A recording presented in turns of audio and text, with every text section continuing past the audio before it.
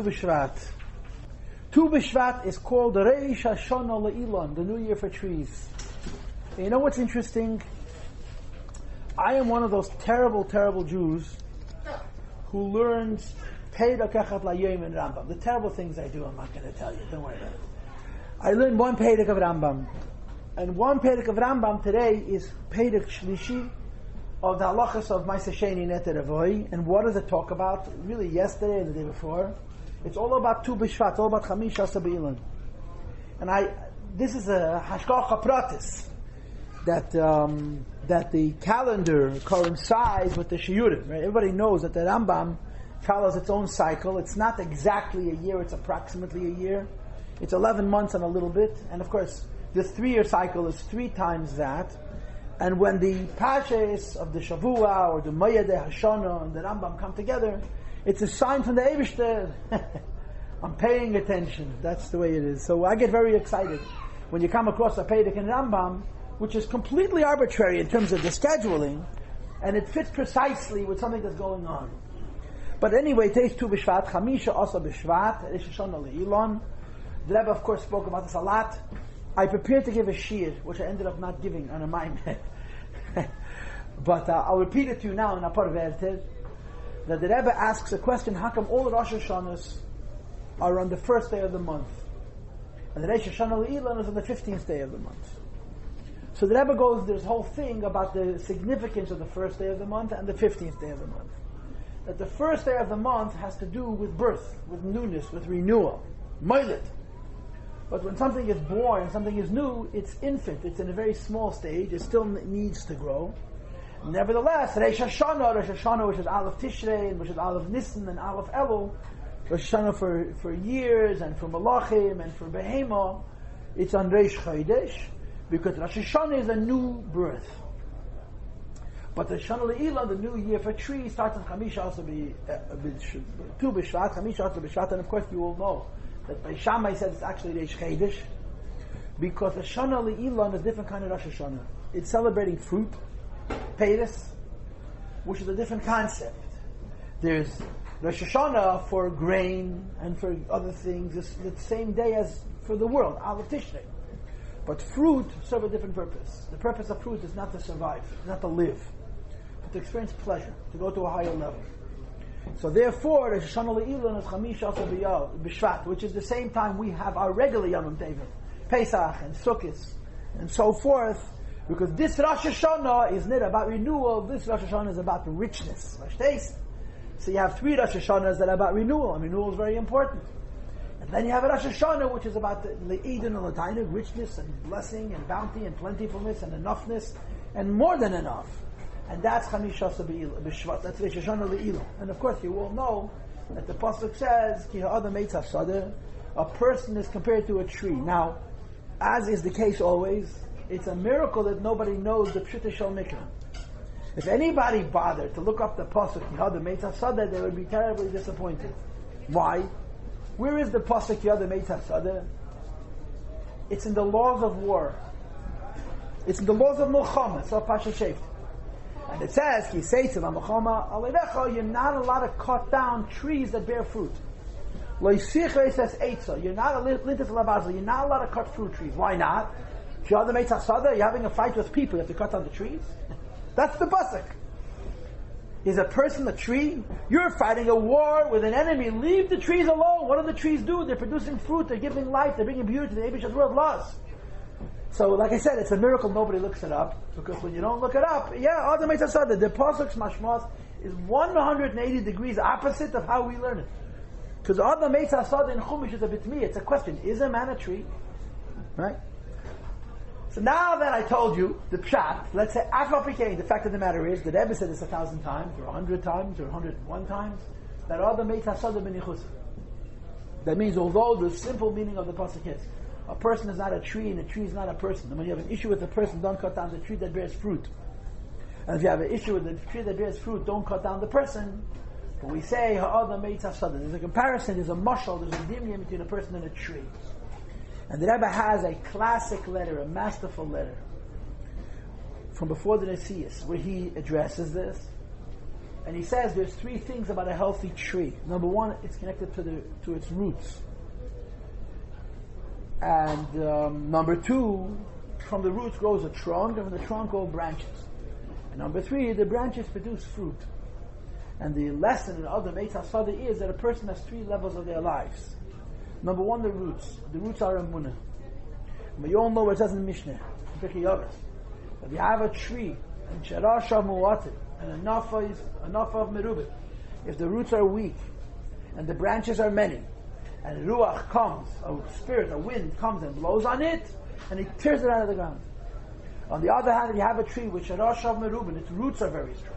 Even if enough of mu'atim, there's not a lot of branches. And kala aruchis neishus bei a mezizah neisem imkemi. All the winds in the world cannot move it from its spot. It remains firmly rooted, anchored. And of course, the roots are emunah. The roots, the sharashim, is emunah. The foundation of a yid, the foundation of the Adam Eitz HaSada, the mashal of a tree to illustrate the life of a human being. Number one is that they have strong roots. And number two, there's a tree, and the tree has branches, and this is the body of the tree. They grow periodically. They grow, and they grow relatively at a slow pace. And the tree itself represents the mahus of the human being, just like physically. A tree is the tree. It's not the roots and that's the fruit, it's the tree. A human being is the spirit of the human being, which is his mind and his heart and his senses. The koiches and the chushim. His understanding and his feeling and his sensitivities and his sensibilities and so forth. But then you have also the peiros, the fruit. And that's the third component. And the fruit exists to give people pleasure. And the lesson is that every human being has to have fruit, which means the children that he brings into the world, both biologically as well as that the fruit of the tree is the good deeds that every one of us does and influences the world. And in this way, we are compared to a tree. Number one, we're connected to our source, which is our emunah. Number two, we have character, we have a mahus. And number three, we use those two to mashpia to somebody else. And let me say this, in light of what I just shared, and I'm sure I've discussed this in previous years, there's a phenomenal phenomena, okay, that says the following. What are fruit for?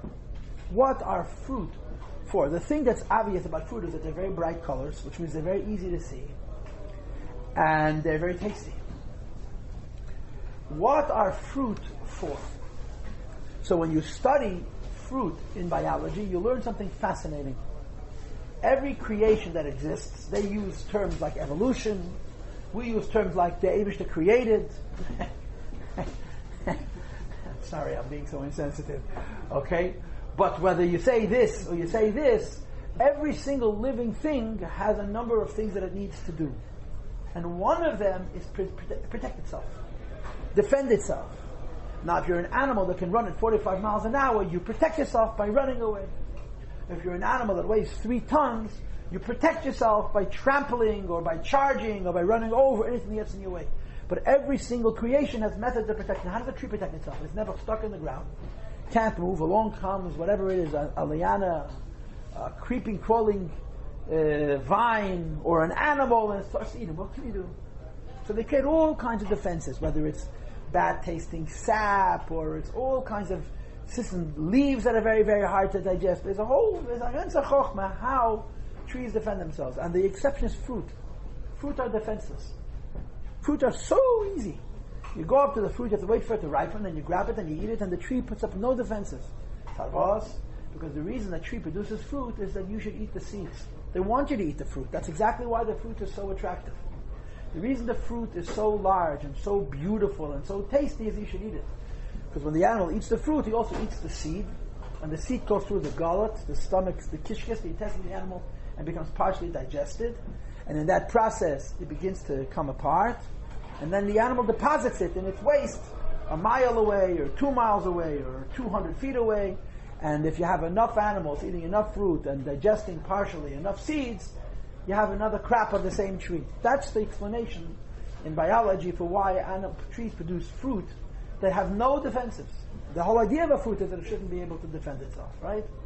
The classic example of that is a coconut. I once saw a picture.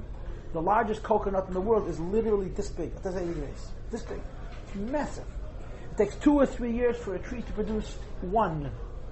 You understand? And that coconut falls, and it's swept out to sea, and it's schlepped from island to island in the Pacific, and you have more coconut trees, more palm trees. That's why they made the world. This model is predicated on a system of what they call interdependency. Right? There's an ecological system that's a circle. You ever see a picture of a recycling canister or recycling? What's the recycling symbol? The recycling symbol is a series of arrows that completes a circle, around and around and around. It never finishes. Everybody needs everybody. We all eat and are eaten by everybody else. That's how we survive. That's how the world exists. It's called balance and systems, right? And when the terrible, terrible, terrible, terrible beast comes from outer space called man, and he ruins the entire ecological balance. And man is such a terrible thing. And if not for man, there'd be more monkeys. Men are mamish, unbelievable. They're doing damage to the ecology and to the survival of species. The stupidity Shevet David is mind-blowing. If you believe in evolution, this is apart from evolution. If you don't believe in evolution, but okay, I'm not saying that people should go around destroying the world, but you could say no monkey thinks about a person before he eats a fig. So why should a person think about a monkey? But okay, I just said blasphemy. That was kfida, apokrysis. But this philosophy is based on the principle of interconnectedness, which means to say, you have daimim tzemeach chai medaber, you have minerals and you have plants and you have animals and human beings, and their relationship is like a circle. There's no middle, there's no top, there's no bottom, like the globe. It's round. Every person needs every animal, needs every plant, needs every mineral, and every mineral needs every plant, needs every animal, needs every person, and we serve each other. Torah also has a system, but it's not a circle. It's a straight line. It's an arrow going upward. The doimen feeds the tzemeach feeds the chai feeds the medaber, and the medaber connects himself with the source of all dibur, which is the Eibishter himself. The mineral feeds the plant, who feeds the animal, who feeds the human being, who connects himself to HaKadosh Baruch Hu. And the Rebbe always, when discussing this issue, gave the illustration from Shchita. Right? In the midbar they couldn't shech. They could eat meat, but they couldn't shech. They had to do something else called nechira. What's the difference? The difference is because the Gemara says, Ein v'shachat elu mashach. The word Shchita means to raise up. And I mentioned this to a woman here recently. Shchita is not because of Tzava L'chaim. It's not only not true, it's hipchamtzias. There are much less painful ways to kill an animal than through Shchita. There are more painful ways, I'm not going to debate that, but Shchita, there's a lot of Svarim bring for Tzava L'chaim. It's not the truth. It's part of the truth. It's a reason on a certain level. Shchita means you're taking an animal and preparing it in such a way that when the human being eats it, it doesn't make the human being more animal, it makes the animal more human. And then the human being raises it up to the Eibishter, which is called Karban, Kirov, to bring closer to HaKadosh Baruch Hu through his avoid. So we also believe in an ecological system, but not a circle. It's a straight line. And the Daimon feeds the Tzemeach, and the Tzemeach feeds the Chai, and the Chai means the Medaber. So why do we have to worry about ecology? Why do we have to worry about the survival of different species? We have to worry about the survival of different species because we were given the responsibility of running the world, or do. B'gas hayam of Eifashman, the Eibishter made us the stewards, the balabatim of this earth. But it's b'shvili nivra ha'olam. You understand? The world was created for me. Everything was kol mashin lashon le'nivresi elo l'tzavis lazeh, and ani le'nivresi elo l'shamish eskeni. Everything that I have in my world was made for me, and I was made to serve my Creator. So everything is going up a notch. When you kill an animal, you eat its meat the way a yid does, you are actually doing the animal a favor. Because the animal wants to fulfill a purpose, and he's only fulfilled the purpose when he's raised from the level of chai to the level of medaber. That's the meaning of the word shchita. So in the midbar, when they were able to kill animals and eat meat, but they were not allowed to do shchita, what that meant is that the person ate what's called in the chumash basar tai, they ate meat.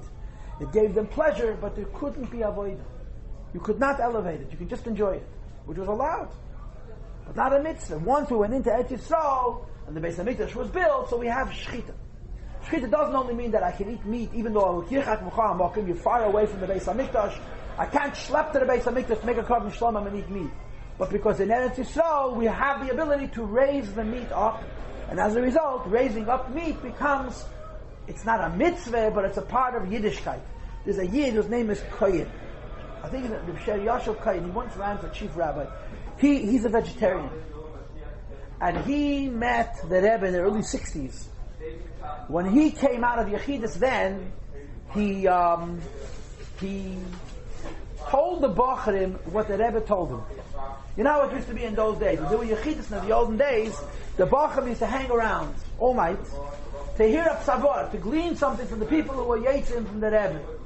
So when he came out of the Rebbe, the Bacharim asked him, what did the Rebbe discuss? So he said one of the things that the Rebbe discussed with him was that he raised the idea of from a Yidden becoming vegetarian. And the Rebbe's answer to him was, the Snishka Seder, it's an Iyam for Yechidei school. There were taka individuals who ate meat, but a person is supposed to eat meat. As they David Shvat, Nefesh flesh. Many, many years later, he wrote a book, and in his book, he quotes the Yechidus. What does he quote? That he went into the Rebbe and he proposed vegetarianism. And the Rebbe said it's a wonderful idea. So I believe the first version of the story, because that he said b'shas ma'aseh. What he wrote in his book, whatever, he helped himself to his memory, or his memory helped himself to him. Even another Yisr. But the Eibishter made people to eat meat, and animals to eat vegetables, and vegetables to be nourished by minerals. You know, the Rebbe Rashab had a relative who was a vegetarian, and he was eating meat, and he was explaining to him cruelty to animals. He says that when you cut a lettuce, because you don't hear him scream, it's allowed. You know, lettuce doesn't scream when you cut them, and a tomato doesn't scream. They absolutely scream. They have nerves, and they have feeling, and they have intelligence, and they respond, and they've proven these things. So what's the right to eat vegetables? The Father David of Shaf in the Welt. The Goyish answer is it's survival. Have a choice. The Yiddish answer is the Eibishter created a mineral, whether it's salt or it's sodium carbon or whatever other water, that I should eat it and it should raise it up. And the Eibishter created plants, and the plants should be eaten by animals that should raise it up. The Eibishter created animals that should be eaten by human beings, should raise it up. And the human being exists to become one with the Eibishter. The Father, the Eibishter of Shaf in the Welt. So why the Eibishter make fruit? And why is it that fruit on the tree are so tasty and so beautiful and so easy to harvest, and the tree doesn't put up any resistance, there's no defense?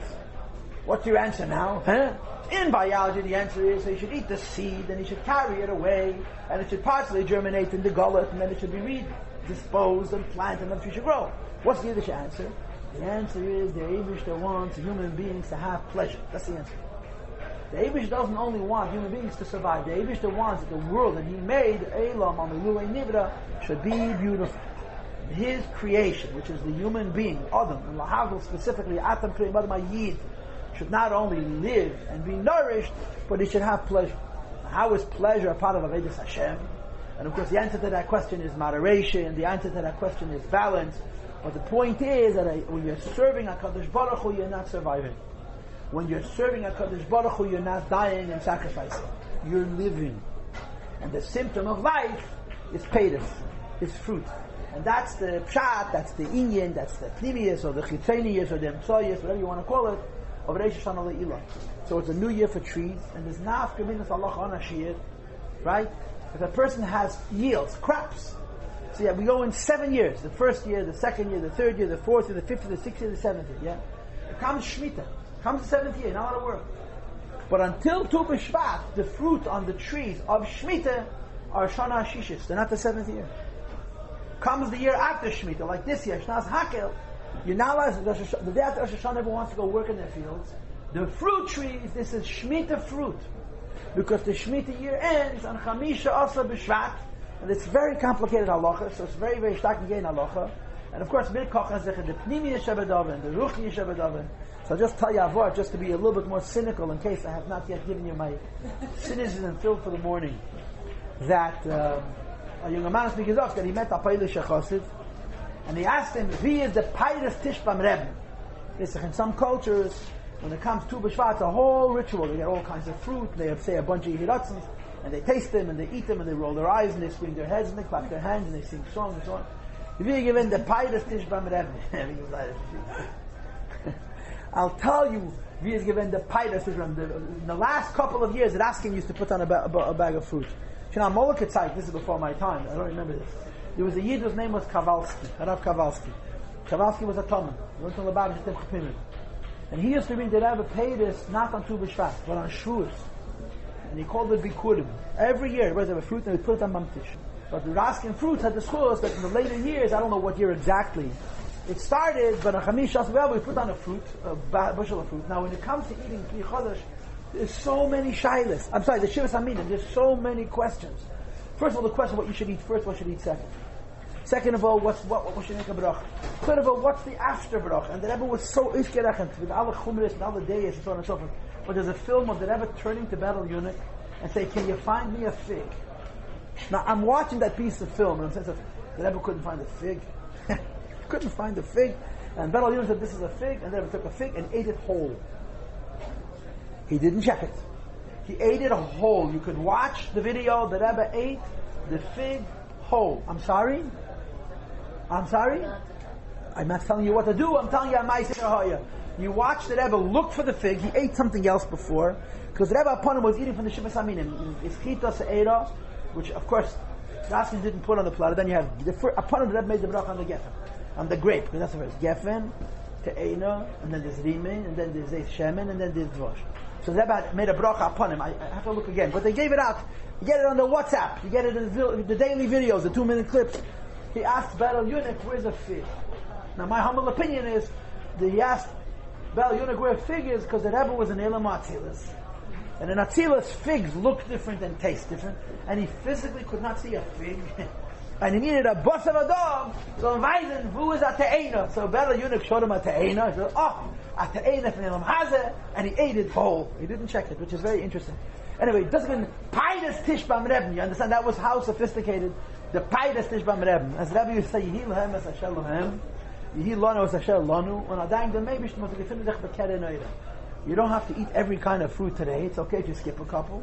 But the Pneumistic messages of Chamishas B'Av are very powerful and very strong. First of all, the idea that you have to be rooted in the ground.